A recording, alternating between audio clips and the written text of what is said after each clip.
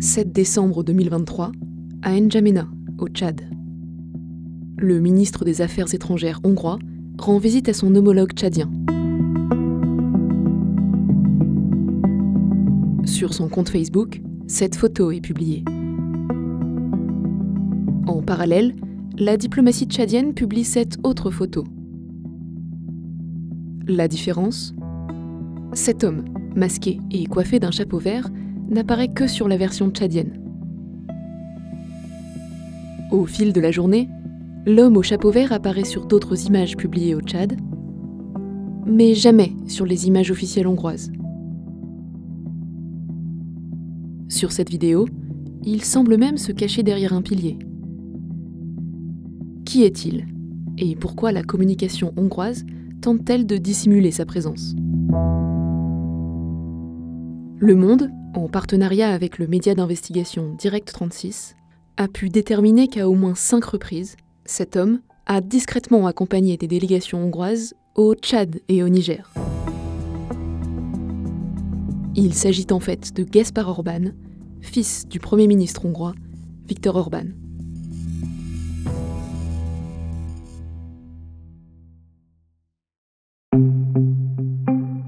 À 32 ans, le fils du Premier ministre hongrois a déjà eu plusieurs vies.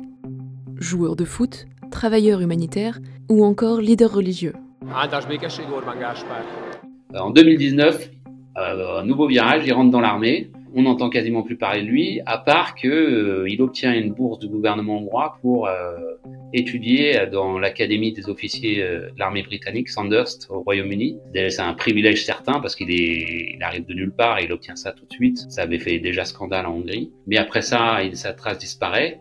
Ce n'est qu'en 2023, avec ses apparitions au Niger et au Tchad, qu'il réapparaît donc pour la première fois. Sollicité par Le Monde, les autorités hongroises ont d'abord refusé de répondre à nos questions.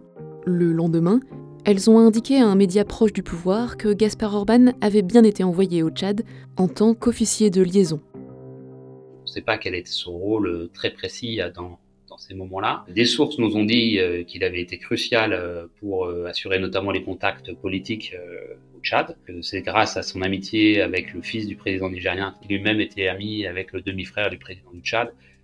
Ces nouvelles relations semblent d'autant plus importantes que jusqu'en 2023, la Hongrie n'entretenait pas de relations particulières avec les pays du Sahel. Le pays ne compte que 6 ambassades dans toute l'Afrique subsaharienne et aucune dans des pays francophones. Alors jusqu'à très récemment, la Hongrie n'avait aucun lien connu avec le Sahel et on n'avait jamais eu connaissance que la Hongrie avait un intérêt particulier pour cette zone. La première fois qu'on a entendu un peu parler de la Hongrie au Sahel, c'est que les forces hongroises devaient participer à l'opération au Mali sous commandement français, l'opération Takuba. Ça s'est pas concrétisé puisque la France a été les forces françaises ont été expulsées du Mali suite au coup d'État. Après ça, on pensait que la Hongrie avait définitivement quitté le Sahel.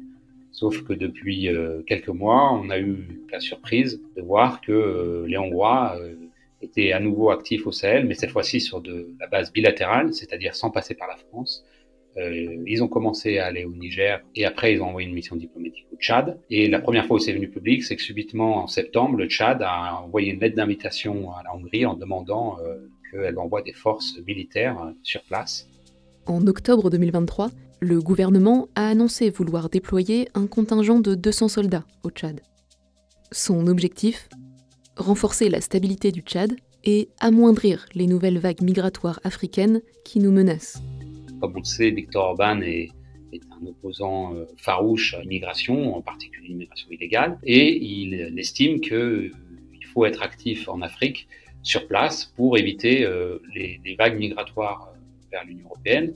Ce qui est assez étonnant, c'est que la Hongrie est concernée par les vagues migratoires, mais plutôt qui viennent des Balkans, donc plutôt de Turquie, Afghanistan. Il y a quasiment aucun Africain qui arrive en Hongrie.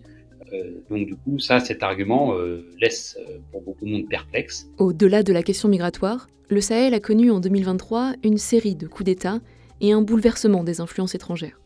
Alors que la présence française ne cesse de reculer, la Russie intensifie son implication, notamment militaire, dans plusieurs pays africains. Pour l'instant, on n'a pas d'éléments tangibles qui permettent de dire que la Hongrie suit une stratégie à la russe au Sahel. Ce qui est sûr, c'est qu'elle fait partie des pays qui s'engouffrent dans la perte d'influence française dans la région pour jouer leur propre carte, leur propre influence. Mais on ne sait pas encore dans quel sens va jouer cette influence hongroise au Niger ou au Tchad. En Hongrie, c'est aussi l'implication secrète de Gáspár Orbán qui interroge. La Hongrie, c'est en effet un pays en recul démocratique depuis 14 ans que Viktor Orbán est au pouvoir. Mais une telle proximité entre pouvoir politique et famille, ça s'était jamais vu. C'est-à-dire que toutes ces étapes de carrière, indubitablement, il a bénéficié du soutien de son père, dont on sait qu'il a toujours favorisé son entourage avec des affaires de corruption multiples concernant d'autres personnalités.